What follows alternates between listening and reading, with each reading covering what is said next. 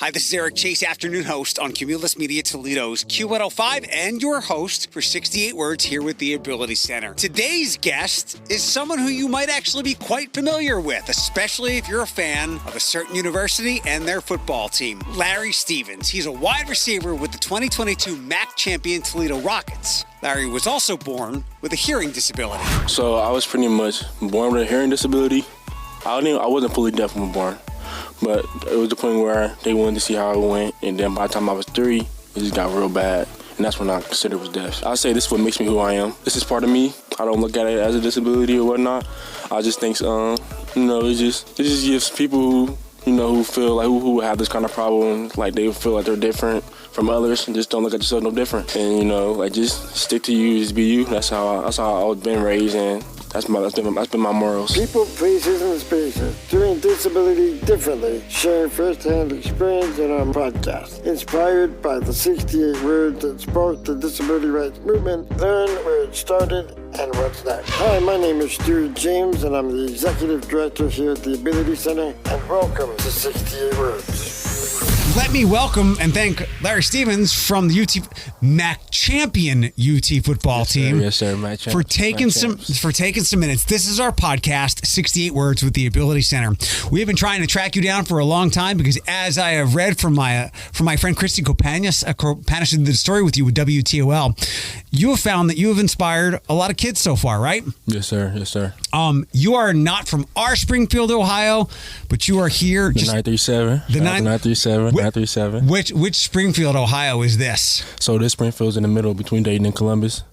So it's 30 minutes from Dayton and then 45 from Columbus. Well, as part of the Ability Center and somebody who has made Toledo their home, I appreciate you being here, and for all the people and the kids you've inspired and all the kids and adults you are going to inspire. We wanted to have you on the podcast because you have a hearing disability, correct? Yes, sir. Tell me, when you were very young, you didn't have any hearing at all? So I was pretty much born with a hearing disability. So I was born with, I wasn't fully deaf when born, but it was the point where they wanted to see how it went, and then by the time I was 3, it just got real bad, and that's when I considered it was deaf. And at that point, what was the process that your parents? So from that point in, it was just like it's a risk. But I'm glad my parents took that risk or whatnot. And, we started off with hearing aids, which is the pieces that go inside your hair. Mm-hmm. And I had them from like 4 up to 6. And then 6 is when I got my first cochlear implant, which is on the left. And I got my second one on the right, which at 8 years old. I think a lot of us have heard of what a cochlear implant is. Mm-hmm. Can you explain what it is? So it's pretty much a hearing device. It's like a little piece that's latched on around your ear, and it's connected through your it's like a magnetic piece that's inside of your head, and your piece connect through it. So, and then as years went on, technology is crazy. So sure. Now you got the waterproof, you got the Bluetooth. You can track your hearing aids through your phone. Your parents can see where you are at any given time. Any given time through my hearing aids. If they wanted to, they could track it through the little app called Nuclear Smart, and it shows like if you lose a hearing aid, it's pretty much like my iPhone. Right. So it's pretty cool. It's pretty amazing to have. It's an amazing time in technology, and I'm sure just by saying that, I don't know if you've shared that with kids or adults before, because one of the things, my eyes are going to go bad at some point, and I had LASIK once, but technology moves along and we get scared because we only see certain things on TV. Mm-hmm. And you think you're going to have cochlear implants, but you just described the technology and it's quite amazing. It's not like something you might have seen on TV a long time ago. Nope, not at all.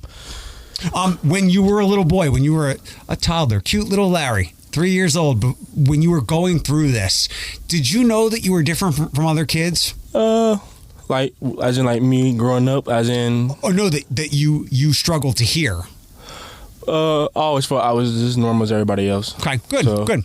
It wasn't really nothing. I wasn't really, it took a little while to get used to or whatnot. From my experience of remembering, It wasn't really. I was just normal. I guess kids get a little nastier when they're like 6 or 7, 3 or 4. We're still kind of nice to one another. Yeah, I was pretty much I was an athlete, so I was in sports from the time I was pretty much born all the way up. Even with the hearing aids, I started playing basketball when I was 3. So that was my first sport. Started playing football when I was 7. And then I started playing baseball around 6, 7, 8. And so I just been football, basketball, and baseball. But if we read the pinned tweet on your page, we know you're going to the NFL, right? Yeah, the All NFL. right, I'm going to get back to that and ask you a bunch more, but I have two more. One cochlear question and then something else that I always ask everybody that visits with us. First, talk a little bit more about the cochlear implants. Like, give somebody a roadmap of what it would be like. Do they have to get, like, oil changes every 6 months? Do you have to try? How does it work? It's pretty much like like how I said, it's like an iPhone. So, Yep.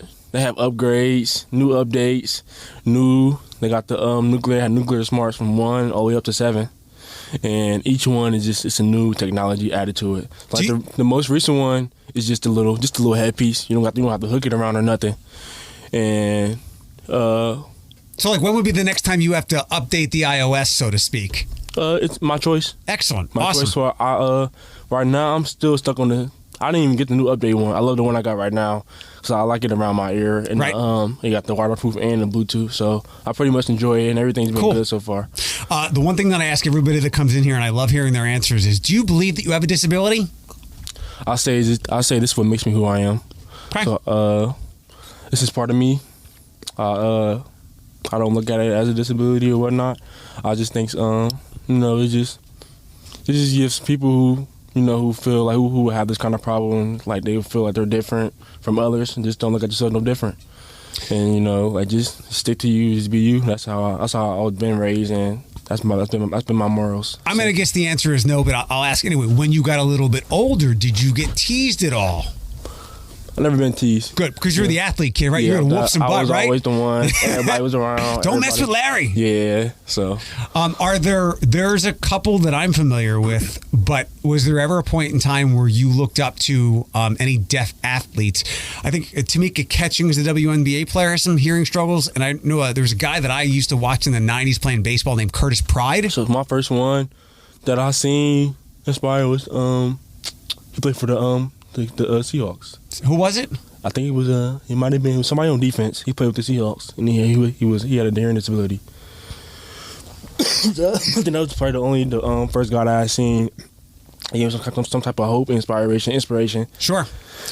I'm gonna have to look him up just to give him his name, Yeah. give his name and everything, most definitely. But I'm pretty sure, he was on the Seahawks.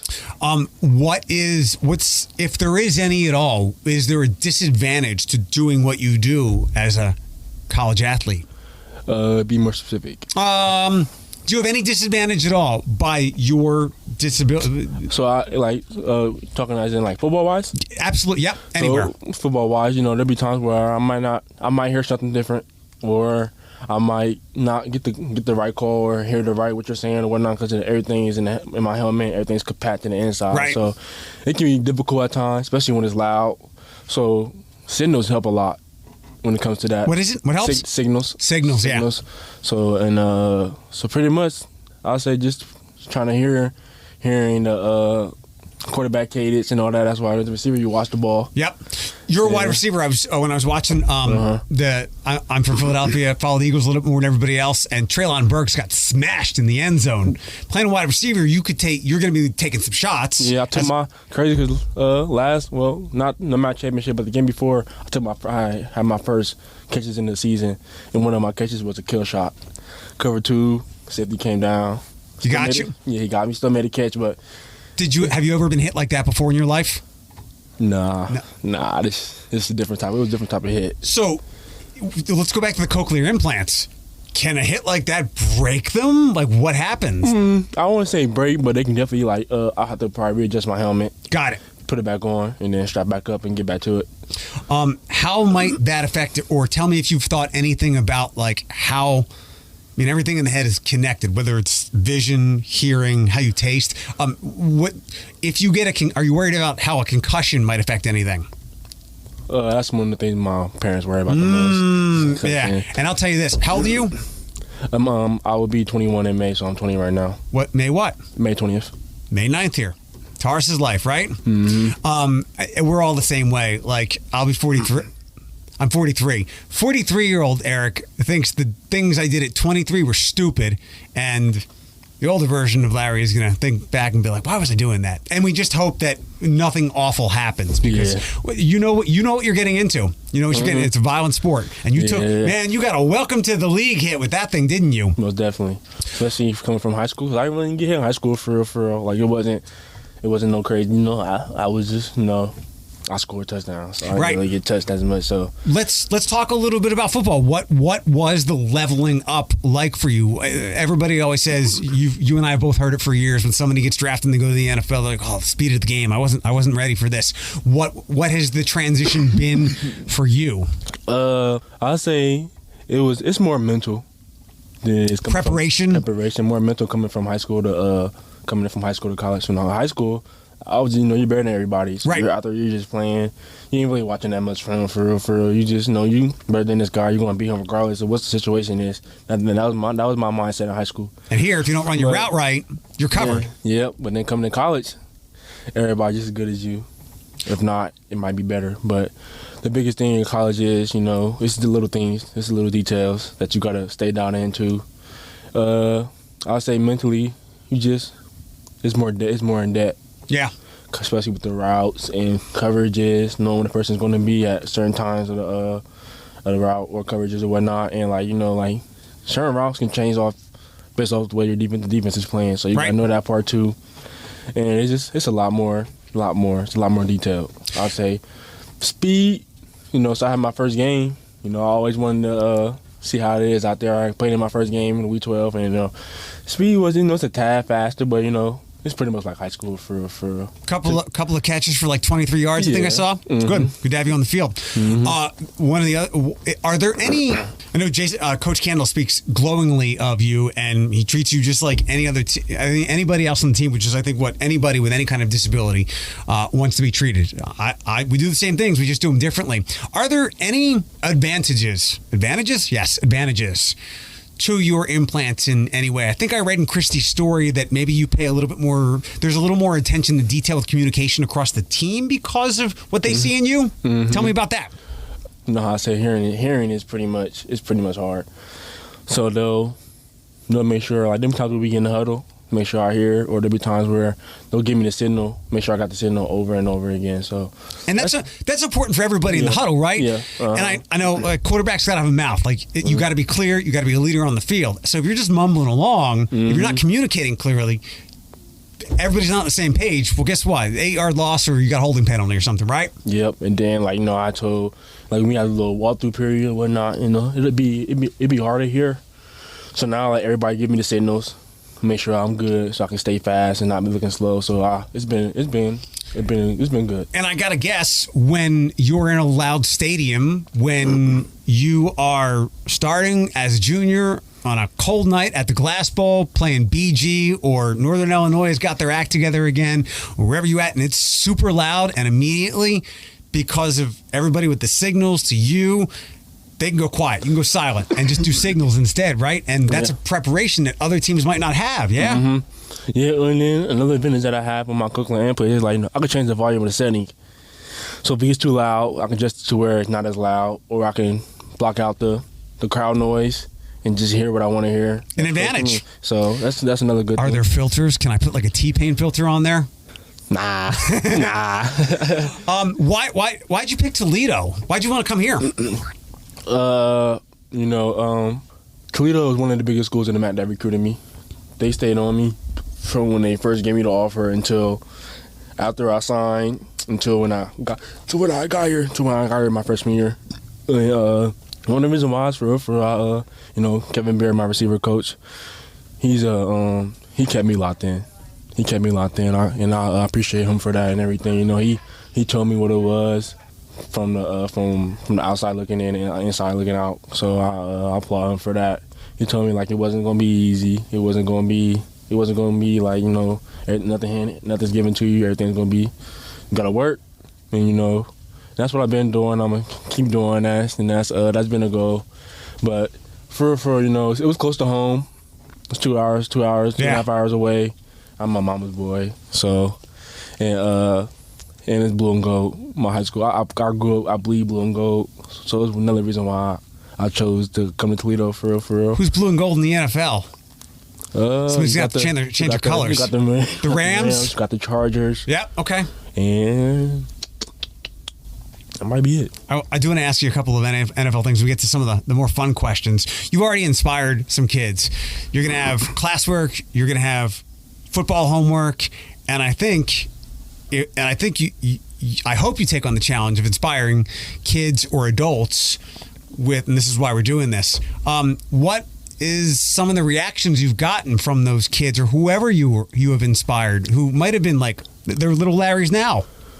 When I first got here, I had received a letter from parents about their kids and whatnot, and it was pretty good talking to them, and it was just when the kids see me they're a little shy, they're a little nervous, but soon you get to talk to them and everything. It's just one of the best things ever. Like, you see the little smile on the kid's face. They get to asking you what's on your ear. Yeah. And it's like, I tell them what it is, and they just to see them, what's the words I want to put?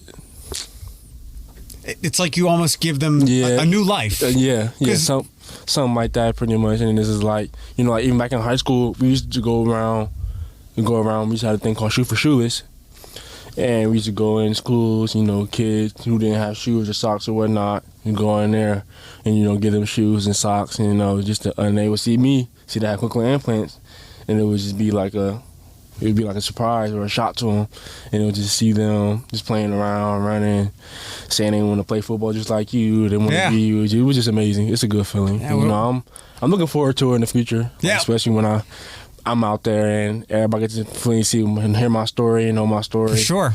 I'm ready. Your plan A is to be in the NFL. I think it was a Tom Brady quote from 5 years or so ago that I really like. I heard him saying, somebody said, what would you do if you weren't Tom Brady? He's like, this was going to work. Like, I was going to make this work one way or another.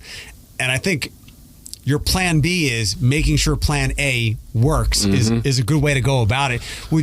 What would be your plan B? Would it like advocacy for people with any kind of disability, or what else? Where else are your interests? Not saying the NFL thing's not going to happen. Honestly, I don't know. Okay. You got time. Yeah. You got time.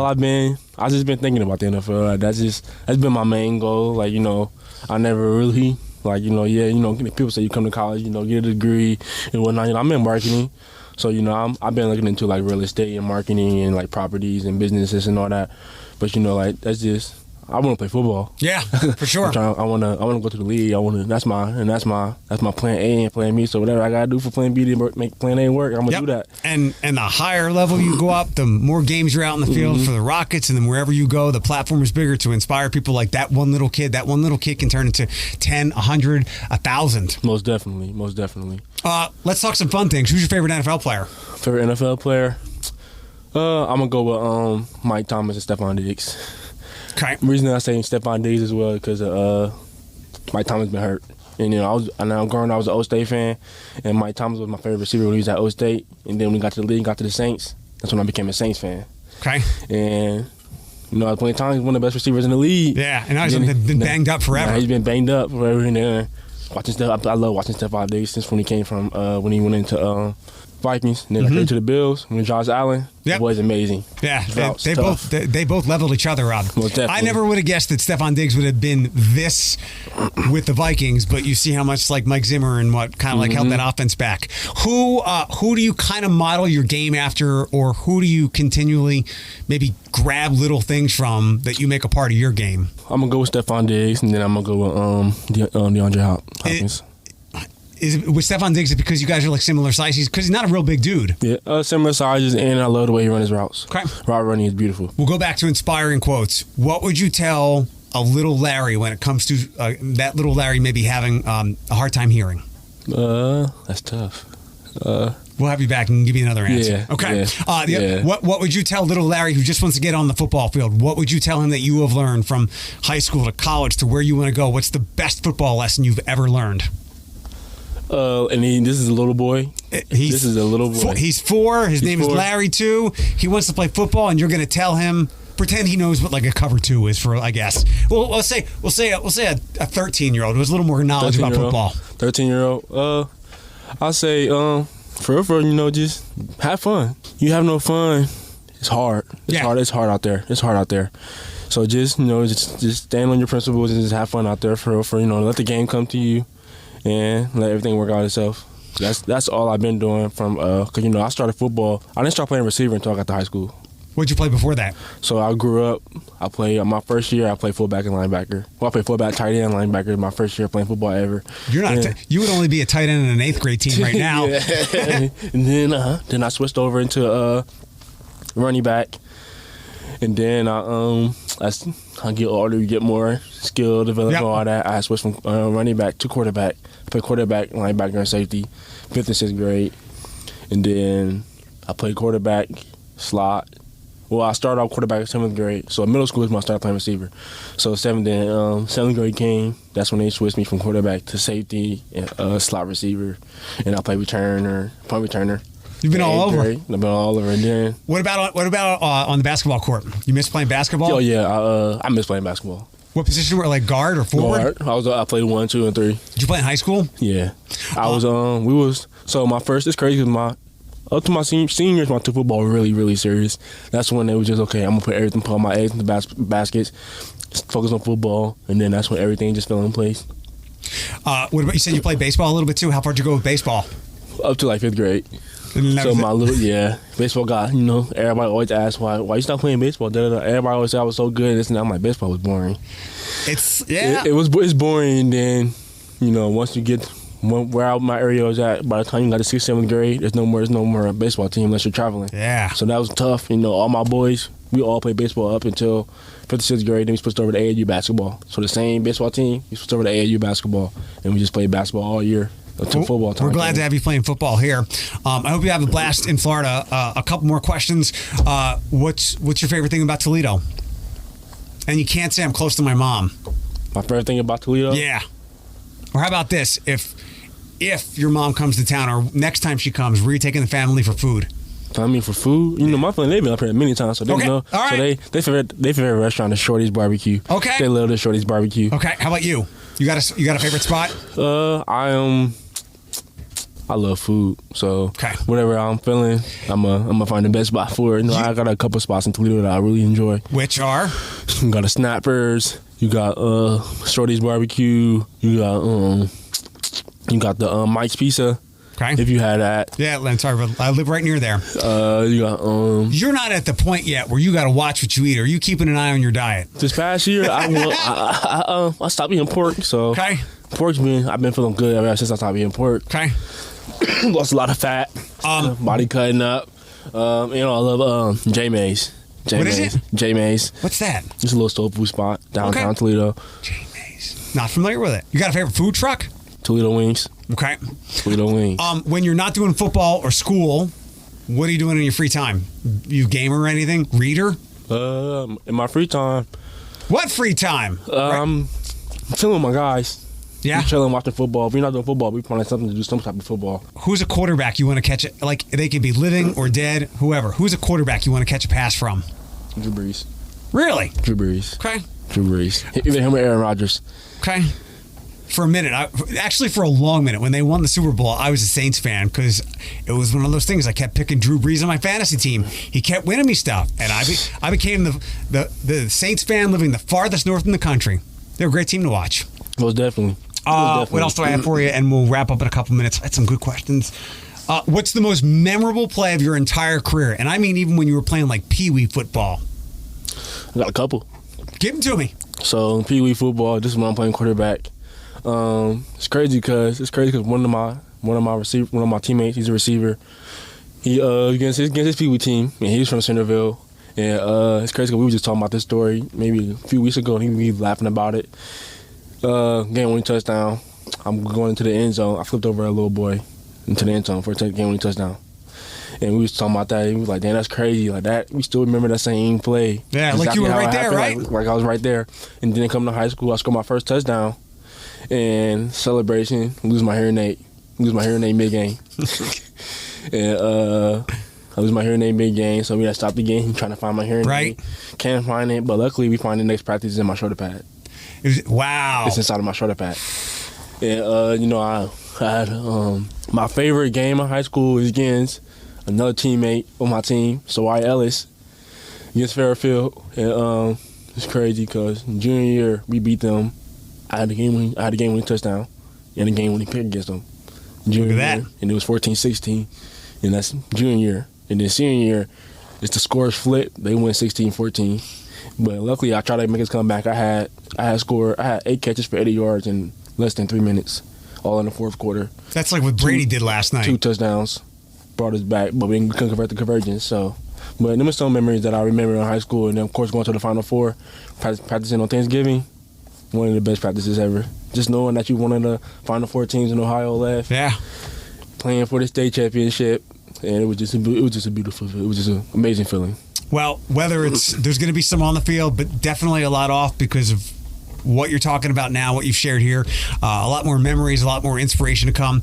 One last question, besides that tweet, and you don't tweet a lot, which I respect the hell out of. Stay the hell off of Twitter. Yeah. No good there. Besides that tweet, what else motivates you? What else gets you out of bed every day? And it doesn't even have to necessarily be about like success on the football field. Like what gets Larry out of bed every day? Food. Nah, it did at one point. COVID year got me. Yeah, I blew up COVID year. I'm not even gonna lie about that. But now that what gets me, what was my motivation every day is my little baby boy.